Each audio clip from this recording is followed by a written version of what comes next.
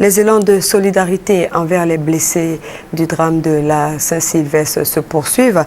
Le médiateur de la République, les ministres de l'Éducation nationale, de l'enseignement technique et de la santé et de la lutte contre le sida se sont rendus au chevet de ces victimes. Zani Gabriel. Cissé Tidiane a 8 ans. Il est au cours primaire 2e année CP2 à l'école d'Adjamé Saint-Michel. Il souffre de traumatisme crânien depuis la bousculade de la nuit du 31 décembre au 1er janvier. Il fait partie des élèves blessés et traumatisés des événements. Les ministres de l'Éducation nationale et de la santé, de la lutte contre le VIH-Sida ont rendu visite à ces élèves pour les soutenir. Malheureusement, parmi les blessés, il y a beaucoup d'élèves, de jeunes enfants, dont des élèves. Et donc, en tant que ministre de l'Éducation nationale, nous avons tenu à venir au nom de la communauté éducative, apporter notre compassion à tous ces blessés, apporter le réconfort de toute la communauté éducative, leur souhaiter un prompt rétablissement.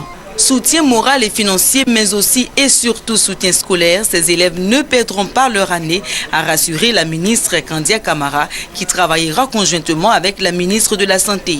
Nous allons voir les directeurs d'école, d'abord pour les informer officiellement des absences de ces élèves-là. Nous allons veiller à ce qu'un programme spécial leur soit réservé pour qu'on puisse rattraper le temps qu'ils vont perdre. Lorsque les enfants seront libérés, nous allons faire en sorte qu'il y ait un suivi médical, n'est-ce pas, pour que jusqu'à totale guérison, ces enfants puissent être pris en charge. Je précise que le président de la République a bien insisté, nous a instruit, afin que tous les blessés soient pris totalement en charge.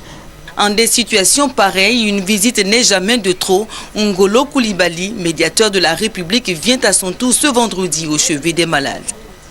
C'est un apport symbolique parce que le médiateur de la République a pour mission essentielle de sauvegarde de la cohésion sociale. Alors ici, je crois que c'est une manifestation justement de cette solidarité sociale. En matière de malheur, disons, un soutien n'est jamais petit.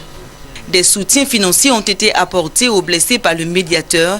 Les médecins-chefs du centre hospitalier universitaire de Cocody et ceux de la PISAM ont assuré aux visiteurs que l'état de santé des malades s'améliore. Ils pourront tous regagner leur domicile d'ici le début de la semaine prochaine. De 40 malades internés depuis le lundi 1er janvier, il en reste que 5 hospitalisés au CHU de Cocody et 2 à la PISAM.